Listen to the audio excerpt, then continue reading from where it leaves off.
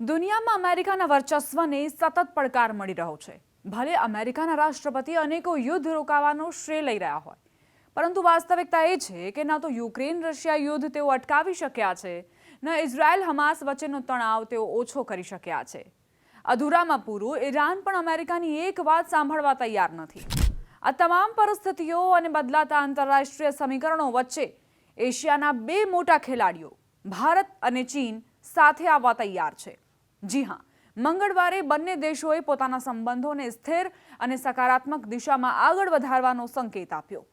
બંને દેશોએ કહ્યું કે તેઓ એકબીજાને પ્રતિસ્પર્ધી નહીં પરંતુ સહયોગી ભાગીદાર તરીકે જુએ છે।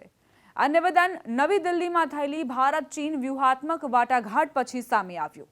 આ વાટાઘાટમાં ભારતના વિદેશ સચિવ વિક્રમ મિસ્ત્રી અને ચીનના કાર્યકારી ઉપવિદેશ મંત્રી મા જાઓશુએ ભાગ લીધો હતો। મા જાઓશુ બ્રિક્સ સાથે જોડાયેલી બેઠકોના હેતુસર ભારત આવ્યા છે।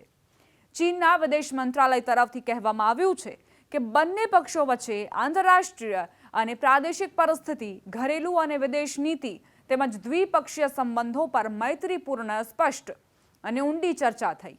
ચીને કહ્યું કે જ્યારે દુનિયા અનેક જટિલ ફેરફારોમાંથી પસાર થઈ રહી છે, ત્યારે ભારત અને ચીને સાથે મળીને કામ કરવું જોઈએ। બંને દેશોએ પોતાના સંબંધોને લાંબા ગાળાના અને વ્યૂહાત્મક દ્રષ્ટિકોણથી જોવા જોઈએ। ચીન તરફથી આ વાત પર ભાર મૂકવામાં આવ્યો છે કે બંને દેશ એકબીજા માટે વિકાસનો અવસર છે, જોખમ નથી। ચીને કહ્યું કે પારસ્પરિક વિશ્વાસને મજબૂત કરવો જોઈએ, સહયોગના ક્ષેત્રને વિસ્તારવો જોઈએ અને મતભેદોને સાચી રીતે સાંભળવા જોઈએ, જેથી સંબંધો સંતુલિત અને સ્થિર માર્ગ પર આગળ વધી શકે। બંને દેશોએ 2026 અને 2027માં બ્રિક્સની અધ્યક્ષતા દરમિયાન એકબીજાનું સમર્થન કરવા પર પણ સંમતિ દર્શાવી। સાથે જ સંયુક્ત રાષ્ટ્રની કેન્દ્રીય ભૂમિકા, બહુપક્ષવાદ અને ગ્લોબલ સાઉથ દેશો વચ્ચે તાલમેલ મજબૂત કરવા પર પણ ભાર મૂકવામાં આવ્યો। હવે તમને એ જણાવી દઈએ કે ભારતે ચીન સાથે મિત્રતા પર શું કહ્યું। ભારતના વિદેશ મંત્રાલયે પણ વાટાઘાટને વ્યાપક અને રચનાત્મક ગણાવી।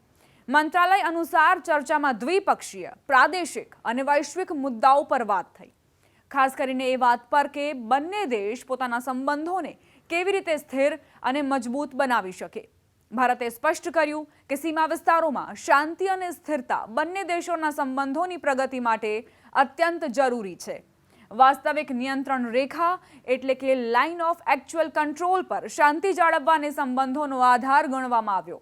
ભારતે એમ પણ કહ્યું કે બંને પક્ષોએ પોતાના નેતાઓના માર્ગદર્શનનું પાલન કરવાની પ્રતિબદ્ધતા ફરીથી વ્યક્ત કરી। વેપાર સાથે જોડાયેલા મુદ્દાઓ પર રાજકીય અને વ્યૂહાત્મક દ્રષ્ટિકોણથી આગળ વધવાની વાત કરવામાં આવી। વિદેશ સચિવ વિક્રમ મિસ્ત્રીએ કૈલાશ માનસરોવર યાત્રા ફરીથી શરૂ થવા પર સંતોષ વ્યક્ત કર્યો અને આશા વ્યક્ત કરી કે આવનારા સમયમાં તેનો વિસ્તાર વધુ વધશે। બંને દેશોએ હવાઈ સેવાઓ સાથે જોડાયેલી નવી સમજૂતીને ઝડપથી અંતિમ સ્વરૂપ આપવા અને વિઝા પ્રક્રિયાને સરળ બનાવવા પર સંમતિ દર્શાવી। લોકો વચ્ચે સંપર્ક વધારવા માટે વ્યવહારુ પગલાં લેવા પર પણ ચર્ચા થઈ। ભારતે બ્રિક્સની પોતાની વર્તમાન અધ્યક્ષતા દરમિયાન બહુપક્ષીય સહયોગ પર પણ વિચારો શેર કર્યા। ચીને ભારતમાં થનારા બ્રિક્સ શિખર સંમેલનની સફળતા માટે સમર્થન વ્યક્ત કર્યું। સાથે જ ચીને એમ પણ કહ્યું કે તે સંયુક્ત રાષ્ટ્ર સુરક્ષા પરિષદમાં ભારતની આકાંક્ષાઓને સમજે છે અને તેનું સન્માન કરે છે। વાટાઘાટ દરમિયાન બંને પક્ષોએ માન્યું કે તાજેતરના મહિનાઓમાં સંબંધોમાં સકારાત્મક પ્રગતિ થઈ છે।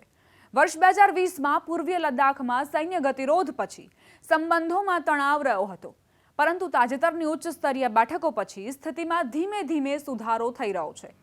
વડાપ્રધાન નરેન્દ્ર મોદી અને રાષ્ટ્રપતિ શી જિનપિંગની ઓક્ટોબર 2024માં કઝાન અને ઓગસ્ટ 2025માં તિયાનજિનમાં થયેલી મુલાકાતોનો પણ ઉલ્લેખ કરવામાં આવ્યો, જેનાથી સંબંધોમાં સુધારાની પ્રક્રિયામાં ગતિ આવી।